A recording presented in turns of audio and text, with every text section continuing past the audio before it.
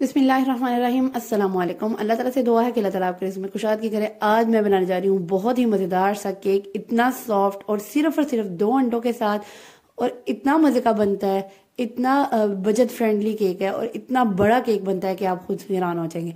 इसको बनाने के लिए मैंने क्या किया है, 1 कप जो है वो मैंने शुगर का ले लिया है। इसमें मैंने 2 अंडों को तोड़ूंगी, 2 अंडे ले लेने हैं, ठीक है। 2 अंडों से कप केक बनता है और मैं इसको ना ग्राइंडर में बनाती हूँ, ठीक है।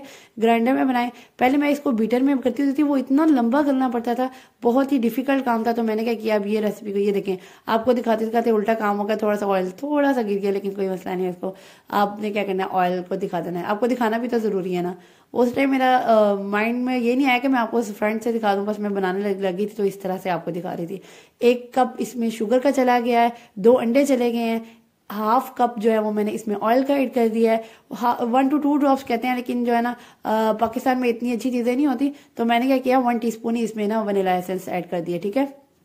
मिलावट तो होती होगी कोई ना कोई, तो मैं क्या करती हूँ कि इतनी प्यारी खुशबू होती है वनीला एसेंस की, मैं 1 टीस्पून जो है ना वो इसमें ऐड कर देती हूँ वनीला एसेंस। अच्छा, मैंने क्या किया, इसको ग्राइंडर को बंद कर दिया है और इसको मिक्स करना शुरू कर दिया है। मिक्स करते हुए ना मुझे कुछ फील हो रहा है, मैं कहती हूँ ये ना कि मिक्सचर सही से मिक्स नहीं हो रहा। तो मैं कहती हूँ क्यों नहीं हो रहा, मेरा तो कभी ऐसा मिक्सचर हुआ ही नहीं है। तो मुझे बाद में याद आया कि ओहो, मैं तो इसमें दूध ही डालना भूल गई हूँ। ऐसे भी होता है कभी कभी आपका ना माइंड जो है ना पता नहीं किधर गया होता है, तो आपका इस तरह की चीजें हो जाती हैं आपसे। मैंने क्या किया है, हाफ कप से थोड़ा सा ज्यादा आपने इसमें दूध भी ऐड कर देना है, ठीक है। तो आपसे मजे की बात करती चलती हूँ कि एक लोग होते हैं वो जो आपको गाइड करेंगे और एक होते हैं वो लोग जो आपको डिसहार्ट करेंगे, ठीक है। कभी भी गाइड करने वाले लोग आपको डिसहार्ट नहीं कर सकते, ठीक है। वो हमेशा आपको मोटिवेट ही करेंगे कि नहीं ये करो तुम, या ये तुम कर सकती हो, ठीक है। और जो आपको डिसहार्ट करेंगे वो तो होते ही डिसहार्ट वाले, जो कहते हैं आपको नहीं आप छोड़ दो, ये तुम्हारा काम ही नहीं है, तुम ये कर ही नहीं सकती। तो ऐसे लोगों से अवॉइड करें, यही आपका सक्सेस है।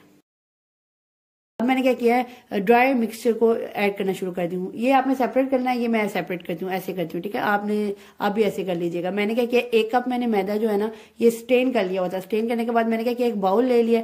बाउल में 1 कप मैंने ऑलरेडी मैदा ऐड किया था, अब दूसरा कप जो है ना वो मैंने अब ऐड कर दिया। ये मेरे पास जो है ना 1 टेबलस्पून भर के मैंने इसमें बेकिंग पाउडर ऐड कर दिया है, और ये मैंने हाफ टेबलस्पून जो है ना, हाफ से मैं थोड़ा सा ज्यादा ही ऐड करती हूँ, मैं कहती हूँ मेरा ज्यादा से ज्यादा बोले, हाफ टेबलस्पून जो है ना मैंने इसमें बेकिंग सोडा ऐड कर दिया, ठीक है। इसको मिक्सचर को मैं मिक्स कर रही हूँ। इसको ऐड करने के बाद ना इतना मजेदार केक बनता है ना कि बच्चे तो बहुत शौक से खाएंगे।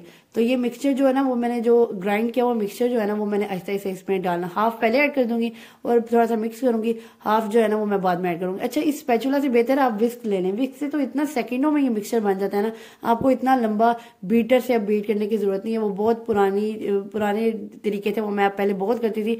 वो तकरीबन 10 से 15 से 20 मिनट इस मिक्सचर को बनाने ही लग जाते थे, वो बल्कि इससे भी ज्यादा कुछ लोग इसको बीटर को बीट करते हैं। ये वैसे ही इतना सॉफ्ट, इतना मजेदार सा केक बन जाता है, इतना लंबा बीट करने की आपको जरूरत नहीं है।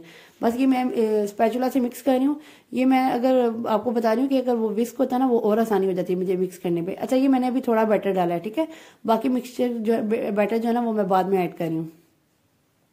अच्छा, आप ये लाजमी कीजिएगा, बीटर लेगा वो विस्क लीजिएगा, विस्क से ना जरा अच्छा सा मिक्स हो जाता है। अब रिमेनिंग जो बटर है वो भी मैंने इसमें ऐड कर दिया है। अब मैंने आपको फ्रंट से दिखा रही हूँ ताकि आपको ना समझने में आसानी हो कि मेरा जो बैटर है वो किस तरह का रेडी होगा। और मैंने इस तरह, इतना लंबा जोड़ा मिक्स करने की जरूरत नहीं है, आपने बस आराम से हल्का सा मिक्स करना है। बस ये आपने ध्यान रखना है कि इसमें क्लम्स ना हो, ठीक है, इसमें गुटलियां सी ना बने। आपने बस इस तरह से इसका मिक्सचर बना देना है। अच्छा, मैं सोच रही थी कि मैंने मीठे में कोई रेसिपी आपके साथ शेयर नहीं करी, तो आज मेरा दिल किया कि क्यों ना भाई मैं आज केक की रेसिपी शेयर करूं। ये बहुत मजे का केक बनता है, डू ट्राई दिस रेसिपी, ठीक है। और don't forget to share with your friend and family, ये जरूर प्लीज किया करें, ठीक है, ताकि वो भी मजे का केक बना सके। मैंने क्या किया है, इसको 2 पोर्शन में डिवाइड करने लगी हूँ। एक पोर्शन जो है वो मैंने थोड़ा सा ज्यादा ले लिया है, समझ लिया 4th पोर्शन और वन पोर्शन, ठीक है। तकरीबन मैंने क्या किया, 1 कप आप इस तरह कर लें कि 1 कप के करीब मैंने निकाल लिया एक पोर्शन में, बाकी रिमेनिंग पोर्शन जो है ना वो सारा उसी में है। अब जो मैंने एक पोर्शन निकाला है 1 कप वाला, उसमें मैं 2 टेबलस्पून भर भर के ना मैं कोको पाउडर का ऐड कर रही हूँ। इसको मैंने थोड़ा चॉकलेटी, मैं क्योंकि मार्बल केक बना रही हूँ तो मैंने इसको ना थोड़ा चॉकलेट फ्लेवर में करना है, तो मैंने 3 टेबलस्पून भर भर के ना इसमें कोको पाउडर के ऐड कर दिए। उसके बाद मैंने क्या करना है, इसको अच्छी तरह से ना विस्क की मदद से मिक्स करना है। मिक्स करने के बाद ना ये थोड़ा चॉकलेटी कलर का हो जाएगा, ठीक है। मार्बल केक जो है ना इस तरीके से हम बनाएंगे, मतलब पोर्शन करके ना उसका इस तरह ही करते हैं कि सेपरेट करके ना उसमें मिक्सिंग कर लेते हैं, कुछ इस तरह की ना कंसिस्टेंसी इसकी आ जाएगी। दूसरे पॉइंट पे आपने क्या करना है, एक ना पहले मेरा दिल करता था मैं मतलब उसमें जो पैन सांचा जो होता है उसमें बनाऊं, फिर मैंने कहा यार हर किसी के पास सांचा नहीं होता, तो मैंने क्या किया इसको ना, मैंने एक पतीला तो वही हर किसी के पास होता है ना, आपने छोटे बड़े पतीले निकालने हैं बस केक बना लेना है, ठीक है। छोटे पतीले को मैंने क्या किया, इसको ना ऑयल से अच्छी तरह से सारी तरफ से आपको नजर आएगा कि शाइनी हो गया, मैंने पूरी प्रॉपर तरीके से ना पूरे पतीले को ना इसको ग्रीस, एक छोटी वाली पतीली ले लिया, उसको ना ग्रीस कर लिया ऑयल से। दूसरी तरफ क्या कर रही हूँ कि मैं इस पे ना प्रॉपर तरीके से ना हर तरफ आपको नजर आ रहा है मैदा डस्ट कर देना है मैंने इसको। बटर पेपर को लेने की आपकी जरूरत नहीं, मत पैसे ज़ाया करें अपने बटर पेपर पर, इस तरह से ट्राई करें, कोई नहीं चिपकता, आराम से आपका केक उतर जाता है, इतना कोई बटर पेपर लेने की जरूरत नहीं है, ठीक है। उसके बाद मैंने क्या किया, केक की ना लेयरिंग कर दूंगी। सबसे पहले मैं जो है वो पहले व्हाइट वाली लेयरिंग कर रही हूँ केक की। उसके बाद नेक्स्ट पोर्शन पे आपने क्या करना है, इसकी ऐड करने के बाद आपने ना जो आपने दूसरा वाला पोर्शन रेडी किया था ना चॉकलेट वाला, वो आपने ऐड कर देना है, ठीक है। आपको आराम से स्टेप बाय स्टेप दिखा रही हूँ ताकि आपको समझने में आसानी हो कि आपने मार्बल केक की लेयरिंग कैसे करनी है। ये आपने क्या किया, पहले एक पोर्शन ऐड कर दिया, फिर ऊपर से आपने ना वो चॉकलेट वाला पोर्शन ऐड कर देना है, फिर आपने अगेन ना दूसरा वाला व्हाइट वाला पोर्शन ऐड करना है। अच्छा, वो जब आप ऐड करेंगे ना, इस बात का ध्यान रखना, एकदम फेंक फूक नहीं देना आपने, सेंट्रल पार्ट पे आपने कोशिश करना है जाए केक, तो पीछे वाली प्रीवियस लेयरिंग जो होगी ना वो आपकी ऑटोमेटिकली पीछे चले जाएगी, ठीक है। जब तक ये पीछे जा रही है ना आपने उस टाइम तक डालना, फिर रोक देना आपने, ठीक है।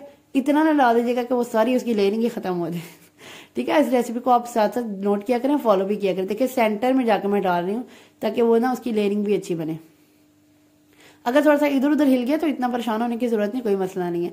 ये मैंने क्या किया, स्टेप बाय स्टेप आपको ध्यान से आराम से फॉलो करके दिखा रही हूँ कि आपने इस तरीके से इसको फॉलो करना है।